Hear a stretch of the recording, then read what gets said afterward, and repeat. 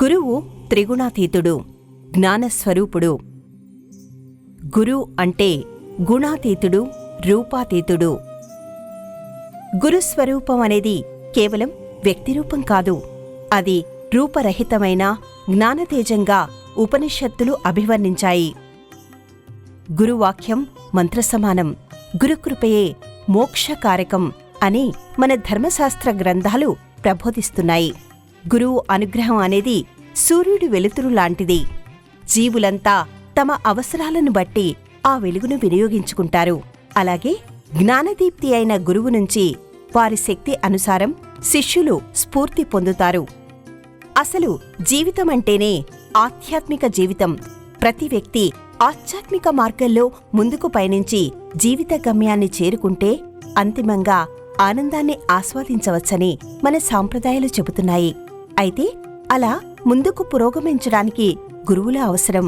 అలాంటి ఉత్తమ శ్రేణి గురువులెందరో మన భారతావనిలో ఆవిర్భవించారు. వారు నెలకొల్పిన ఆశ్రమాలన్నీ దివ్య ఆధ్యాత్మిక నికేతనాలై వర్ధిల్లుతున్నాయి. ఆ పరంపరలోనిదే రాజస్థాన్లోని చారిత్రక నగరిగా ఖ్యాతిగాంచిన జోధ్పూర్ సమీపంలో ఉన్న దాదా దర్బార్ సిద్ధనాథ్ ఆశ్రమం.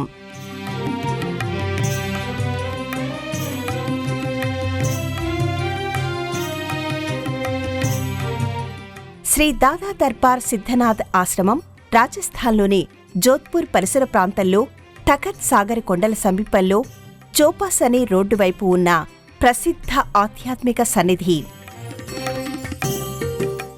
ఇది కొండల మధ్య నెలకొని ఉంటుంది. రాతి బండలను చెక్కి చేసిన మెట్ల ద్వారా భక్తులు ఈ సన్నిధికి చేరుకుంటారు. స్థానికంగా దీనిని సిద్ధనాథ్ శివమందిరం లేదా దాదా దర్బార్ సిద్ధనాథ్ ఆశ్రమం అని పిలుస్తారు.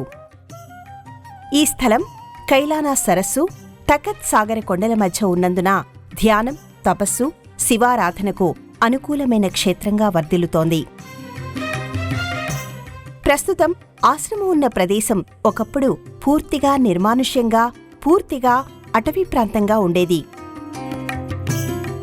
ఇక్కడ నెలకొన్న ప్రశాంతత, ఏకాంతం కారణంగా విరక్త సాధువు వీతరాగి నారాయణస్వామి అనే సన్యాసిని ఎంతో ఆకట్టుకుంది. దాంతో ఆ ప్రదేశాన్ని తన ఆవాసంగా ఆయన మలుచుకున్నారు. ఆయన అక్కడ ధ్యానం, తపస్సు చేస్తూ స్థానిక ప్రజల్లో గౌరవాన్ని, అభిమానాన్ని చూరగొన్నారు. పరిసర గ్రామాల ప్రజలు ఆయనను ఆధ్యాత్మిక గురువుగా భావించి భక్తితో దర్శించుకునేవారు. కార్యక్రమంలో తర్వాత గౌరీశంకర్ అనే మరో సాధువు అక్కడికి వచ్చినట్లు స్థానిక చరిత్రలో ప్రస్తావన ఉంది. ఆయనే తర్వాత నేపాలీ బాబాగా ప్రసిద్ధి చెందారు. ఆయన శారీరకంగా దివ్యాంగుడు. చేతులు మరియు కాళ్లలో 4 వేళ్లు మాత్రమే ఉన్నప్పటికీ అపారమైన సంకల్పంతో స్వయంగా రాళ్లను చెక్కి పెద్ద గుహ తరహా మందిర నిర్మాణానికి శ్రీకారం చుట్టారు. ఈ కారణంగా ఆశ్రమ నిర్మాణానికి ప్రధాన రూపకర్తగా నేపాలీ బాబానే భావించారు. తర్వాత ఈ స్థలం సిద్ధనాథ్ శివమందిరంగా దాదా దర్బార్ సిద్ధనాథ్గా ఖ్యాతి పొందింది. నేపాలీ బాబా లేదా గౌరీశంకర్ గురించి లభ్యమయ్యే సమాచారం చాలా పరిమితంగా ఉంది.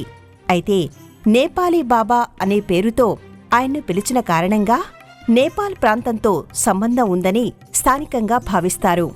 ఆయన సన్యాస జీవితం గురించి స్థానిక విశ్వాసాల ప్రకారం గౌరీశంకర్ లేదా నేపాలీ బాబా కొండల మధ్య తపస్సు, శివారాధనలో జీవించారని చెబుతారు.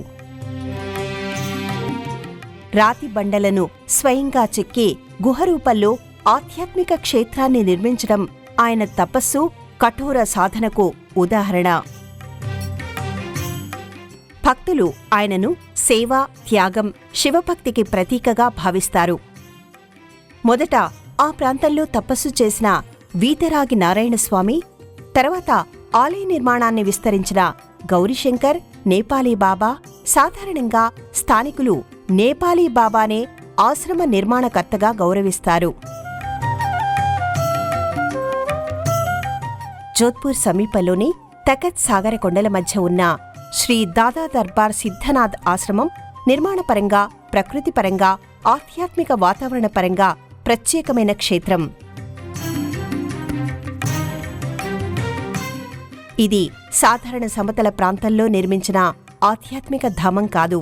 రాతి బండల మధ్య కొండ ప్రాంతాన్ని ఆధారంగా చేసుకుని సహజ స్వరూపాన్ని అలాగే ఉంచుతూ అభివృద్ధి చెందిన ఆశ్రమ, మందిరాల సముదాయం.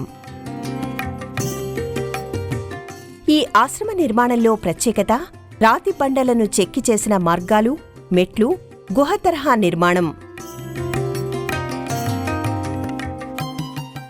ఆశ్రమానికి చేరుకోవడానికి కొండపైకి ఎక్కే రాతి మెట్లు ఉంటాయి. 1000కి పైగా కొండని మలిచి చెక్కిన మెట్లు ఇక్కడ ఉన్నాయి. ఈ ప్రయాణం సాధారణ ఆలయ దర్శనం కంటే ఒక ఆధ్యాత్మిక యాత్ర అనుభూతిని కలిగించేలా ఉంటుంది. మార్గమంతా రాతిగుట్టలు, సహజ ప్రకృతి సౌందర్యం మధ్య కొనసాగుతుంది. ఈ ఆశ్రమ నిర్మాణంలో సహజ గుహ వాతావరణం ప్రధాన ఆకర్షణగా కనిపిస్తుంది. స్థానిక విశ్వాసాల ప్రకారం నేపాలీ బాబా స్వయంగా రాళ్లను చెక్కి గుహ ఆకారంలో ఆలయ నిర్మాణాన్ని అభివృద్ధి చేసినట్టు చెబుతారు. అందువల్ల ఈ ప్రదేశంలో నిర్మాణం పూర్తిగా ఆధునిక శైలిలో కాకుండా కొండల స్వరూపాన్ని అనుసరించే విధంగా ఉంటుంది. రాతి గోడలు, సహజ శిలల మధ్య ఏర్పడిన మార్గాలు, కొండపై ఉన్న దర్శనా స్థలం ఈ ఆశ్రమానికి ప్రత్యేకమైన రూపాన్ని ఇస్తాయి. ఈ ప్రదేశంలో వాతావరణం ప్రశాంతంగా ఉండటానికి ప్రధాన కారణం దాని భౌగోళిక స్థానం.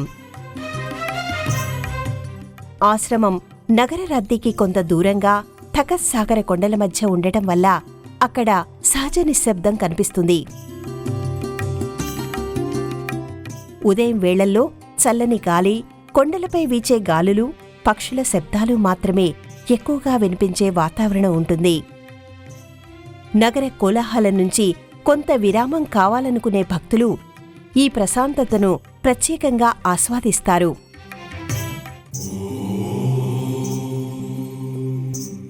ఆశ్రమం ఉన్న కొండ ప్రాంతం నుంచి జోధ్పూర్ నగర దృశ్యాలు, సమీపంలోని కైలానా సరస్సు పరిసరాలు, కొండల సహజ అందాలు కనిపిస్తాయి.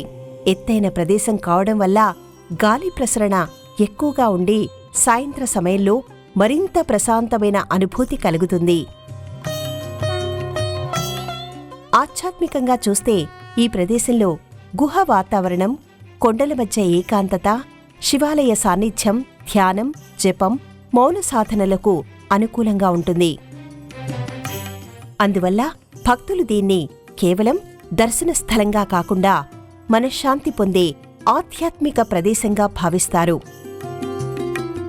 మహాశివరాత్రి వంటి సందర్భాల్లో భక్తుల రద్దీ ఉన్నప్పటికీ సాధారణ రోజుల్లో ఈ ప్రాంతం ఎంతో ప్రశాంతంగా ఉంటుంది.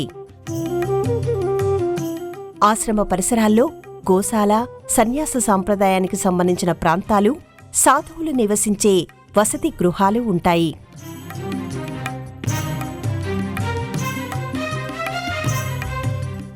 శ్రీ దాదా దర్బార్ సిద్ధనాథ్ ఆశ్రమంలో ప్రధాన ఆధ్యాత్మిక కేంద్రంగా నిలిచింది సిద్ధనాథ్ మహాదేవ్ శివ మందిరం. కొండపై రాతి బండలను చెక్కి నిర్మించిన గుహ తరహా నిర్మాణంలో శివలింగం ప్రతిష్ఠించబడింది. భక్తులు బిల్వ దళాలు, నీరు, పాలు సమర్పించి శివార్చన చేస్తారు. ఆశ్రమంలో ప్రధాన శివాలయంతో పాటు కొన్ని ఉపాలయాలు, దైవ విగ్రహాలు కూడా ఉన్నాయి. ముఖ్యంగా శ్రీ గణేశుడు, దుర్గామాత విగ్రహాలు ప్రత్యేక మందిరాల్లో నెలకొని ఉంటాయి. శివ దర్శనానికి ముందు గణపతిని, అమ్మవారిని భక్తులు దర్శిస్తారు. కొండపైకి వెళ్లే మార్గంలో చిన్న చిన్న దేవస్థానాలు, గుహాకార పూజా స్థలాలు కనిపిస్తాయి.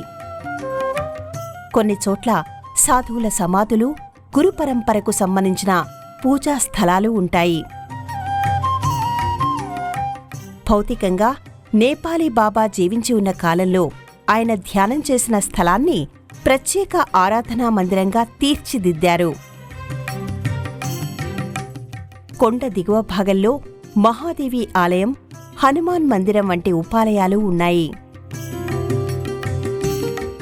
ఈ ఆశ్రమంలో ప్రధాన ఆధ్యాత్మిక కేంద్రం మాత్రం సిద్ధినాథ్ శివమందిరమే. కొండల మధ్య ప్రశాంత వాతావరణం, గుహరూప నిర్మాణం, శివారాధనకు అనుకూలమైన నిశ్శబ్దం కారణంగా ఈ క్షేత్రం భక్తులకు ప్రత్యేకమైన ఆధ్యాత్మిక అనుభూతిని కలిగించే స్థలంగా ఖ్యాతిగాంచింది. రాజస్థాన్లోని జోధ్పూర్లో అత్యంత చారిత్రక ప్రాముఖ్యత కలిగిన నగరాల్లో ఇది ఒకటి. దీనిని బ్లూ సిటీ అని, సన్ సిటీ అని పిలుస్తారు. పాత నగరంలోని అనేక ఇళ్లు నీలిరంగులో కనిపించడం వల్ల బ్లూ సిటీ అనే పేరు వచ్చింది. సంవత్సరంలో ఎక్కువ రోజులు ఎండగా ఉండే వాతావరణం కారణంగా సన్ సిటీ అనే పేరుతో కూడా ప్రసిద్ధి చెందింది. జోధ్పూర్ చరిత్ర 1459 సంవత్సరంలో ప్రారంభమైంది. రాథోర్ వంశానికి చెందిన రాజు రావు జోధా ఈ నగరాన్ని స్థాపించారు. అంతకుముందు మార్వార్ ప్రాంత రాజధాని మాండోర్ ప్రాంతంలో ఉండేది. భద్రత, వ్యూహాత్మక స్థానం కోసం రాజధానిని మార్చి కొత్త నగరంగా జోధ్పూర్ను అభివృద్ధి చేశారు. ఈ నగరం మార్వార్ రాజ్యానికి రాజధాని.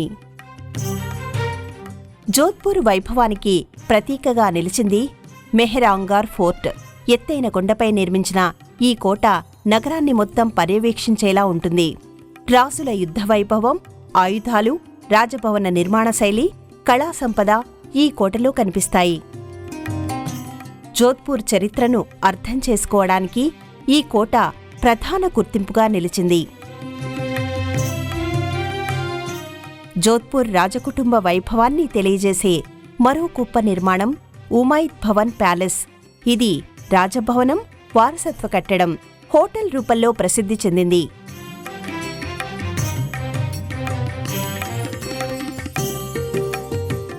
అలాగే తెల్లని రాతితో నిర్మించిన జస్వంత్ తాడా జోధ్పూర్ మహారాజుల స్మారక చిహ్నంగా ప్రత్యేక స్థానం కలిగి ఉంది. జోధ్పూర్ చారిత్రకంగా వాణిజ్య కేంద్రంగా కూడా ప్రసిద్ధి చెందింది. ఉత్తర భారతదేశాన్ని పశ్చిమ భారతదేశంతో కలిపే మార్గంలో ఉండడం వల్ల వస్త్రాలు, ఉప్పు, మసాలా పదార్థాలు, పశువుల వ్యాపారం, హస్తకళకు ఇది కేంద్రంగా ఉంది. మార్వాడీ వ్యాపార సాంప్రదాయానికి కూడా ఈ ప్రాంతం ప్రత్యేక గుర్తింపు పొందింది. ఈ నగరానికి కళలు, సంస్కృతి, జానపద సాంప్రదాయాలలో కూడా ప్రత్యేక స్థానం ఉంది. రాజస్థానీ సంగీతం, జానపద నృత్యాలు, రంగురంగుల దుస్తులు, చేతి పనితో తయారయ్యే వస్త్రాలు, చెక్క పనులు, రాతి కళలు, సంప్రదాయ మార్కెట్లు జోధ్పూర్ ప్రత్యేకతను తెలియజేస్తాయి. థార్ ఎడారి అంచున ఉన్న ఈ నగరం కొండలు, కోటలు, రాజభవనాలు, సరస్సులు, పాత వీధులు కలిసి ఒక ప్రత్యేక చారిత్రక వాతావరణాన్ని ఆవిష్కరిస్తాయి. పాత నగరంలో సన్నని వీధులు, కోట చుట్టూ ఉన్న నీలి ఇళ్ళు జోధ్పూర్కు ప్రత్యేకమైన అందాన్ని సంతరించుకుంటాయి. మొత్తంగా చూస్తే జోధ్పూర్ కేవలం ఒక నగరం మాత్రమే కాదు, రాజుల వీరగాథలు, కోటల వైభవం, కళా సంపద, వాణిజ్య చరిత్ర, ఎడారి సంస్కృతి కలిసి నిలిచిన సమున్నతమైన చారిత్రక వారసత్వ నగరంగా మన ముందు సాకారమవుతుంది.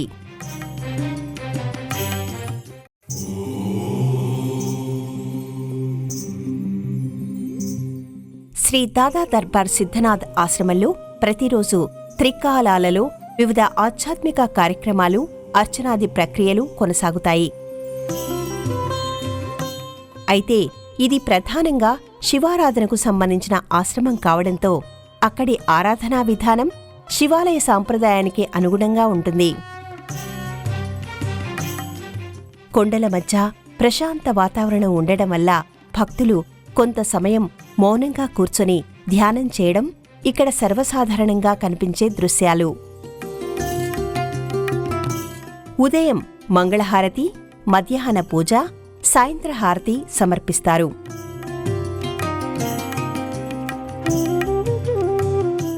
ఉదయం శివలింగానికి అభిషేకం చేస్తారు. పుష్పాలంకరణ, ధూపదీప నైవేద్యం వంటి సంప్రదాయ ప్రక్రియలు కొనసాగుతాయి. భక్తులు స్వయంగా బిల్వదళాలు, పాలు, నీరు సమర్పించి శివార్చన, అభిషేకం నిర్వహించుకునే వెసులుబాటు ఇక్కడ ఉంది.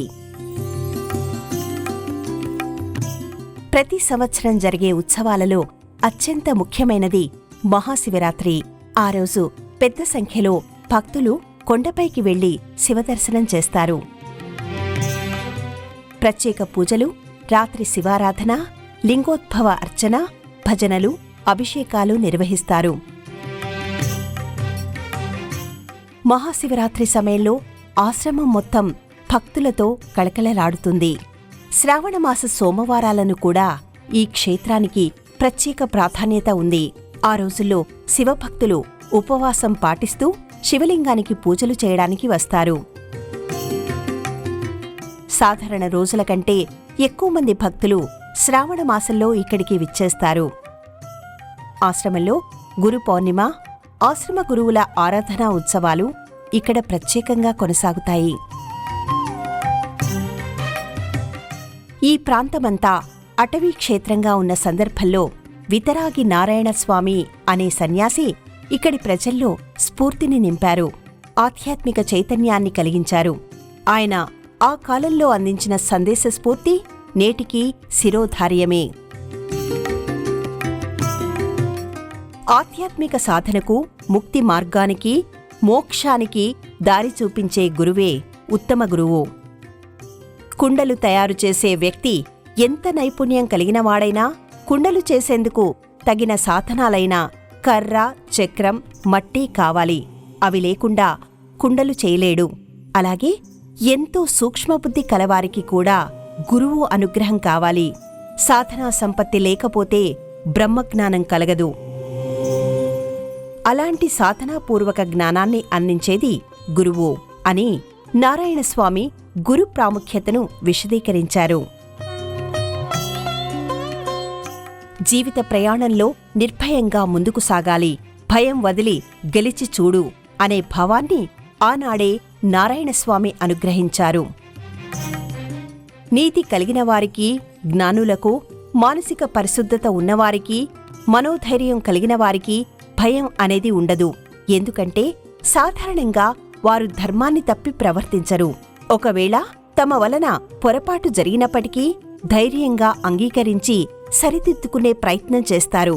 జరిగేది జరగక మానదు అని దృఢ నిశ్చయంతో ఏ పరిస్థితినైనా ఎదుర్కొని నిలబడతారు. దైవీ గుణాలలో భయం అనేది లేకుండా ఉండటాన్ని మొదటగా భగవద్గీత ప్రస్తావించింది. ఎందుకంటే భయమే అన్ని దుర్గుణాలకు పునాది. భయాన్ని వీడితే అన్ని అవగుణాలు తొలగిపోతాయి.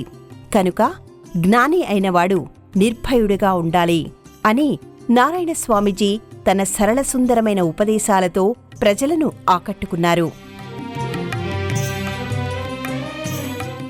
జోధ్పూర్ ప్రాంతంలోని స్థానిక మౌఖిక సాంప్రదాయాలు, భక్తుల విశ్వాసాలు, వారి ఆచార వ్యవహారాలు, నిత్య దైనందిన ఆధ్యాత్మిక సాంప్రదాయాలలో నేపాలీ బాబా అందించిన సందేశ స్ఫూర్తి గోచరమవుతుంది. అందరి క్షేమాన్ని కోరుకుంటూ పరుల హితమే మన అభిమతమని భావించడం అనేది దైవపూజ కన్నా మిన్న. పుణ్యాన్ని సంపాదించాలంటే కేవలం దైవనామస్మరణ ఒకటే సరిపోదు. అంతకు మించి సాధించాల్సింది, శోధించాల్సింది ఎంతో ఉంది. పరోపకారమే పుణ్యం, పరపీడనమే పాపం అని మన సాంప్రదాయం నిర్దేశించింది. ఎవరికైనా మనం మేలు చేయకపోయినా ఇబ్బంది లేదు, కాని కీడు చేయడమనేది పాపకార్యమవుతుంది. అరిషడ్ వర్గాల వల్ల మనిషి మనోవికారానికి లోనై అనేక దుష్కర్మలను చేస్తాడు. సత్కర్మలను ఆచరించడం ద్వారా పుణ్యాన్ని సంపాదించవచ్చు. పాపపుణ్యాలు అనేవి ఎక్కడో లేవు, మన చేతుల్లోనే ఉన్నాయి. వ్యక్తి సద్గుణ శోభితంగా ప్రకాశిస్తే అది పుణ్యహేతువు అవుతుంది అంటూ నేపాలీ బాబా తన ఆధ్యాత్మిక స్ఫూర్తిని ప్రజలకు అనుగ్రహించారు. జోధ్పూర్ కొండల నడుమ నిలిచిన శ్రీ దాదా దర్బార్ సిద్ధనాథ్ ఆశ్రమం కేవలం ఒక దర్శనా స్థలం కాదు, మనిషి అంతర్ముఖంగా తనను తాను చూసుకునే నిశ్శబ్ద ఆధ్యాత్మిక ప్రదేశం. రాతి బండల మధ్య వినిపించే నిశ్శబ్దం, శివ నామస్మరణతో నిండిన వాతావరణం, తపస్సు జ్ఞాపకాలను గుర్తుచేసే ఈ క్షేత్రం భక్తిలో స్థిరత్వం, జీవితంలో సహనం, మనసులో ప్రశాంతత ఎంత అవసరమో గుర్తుచేస్తుంది. ఈ పవిత్ర స్థలానికి చేరిన ప్రతి అడుగు భక్తిని గుర్తుచేస్తే అక్కడ గడిపిన ప్రతి క్షణం అంతరంగాన్ని ప్రశాంతత వైపు నడిపిస్తుంది. కాలం మారినా, జీవన వేగం పెరిగినా ఇలాంటి క్షేత్రాలు మనిషిని మౌనానికి, ధ్యానానికి, ఆత్మచింతనకు చేరువ చేస్తూనే ఉంటాయి. ఆ నేపథ్యంలోనే శ్రీ దాదా దర్బార్ సిద్ధనాథ్ ఆశ్రమం ఆధ్యాత్మిక మహిమతో, ప్రకృతి సౌందర్యంతో, నిరుపమాన గురుపరంపర వైభవంతో వర్ధిల్లుతోంది. ఆధ్యాత్మిక యశస్సు, సాంప్రదాయ ఉషస్సు, ప్రాకృతిక సజీవ వనరుల తేజస్సుతో ఈ అరుదైన ఆశ్రమం భక్తుల్ని ఎంతగానో ఆకట్టుకుంటోంది. ఓం శ్రీ గురుభ్యో నమః.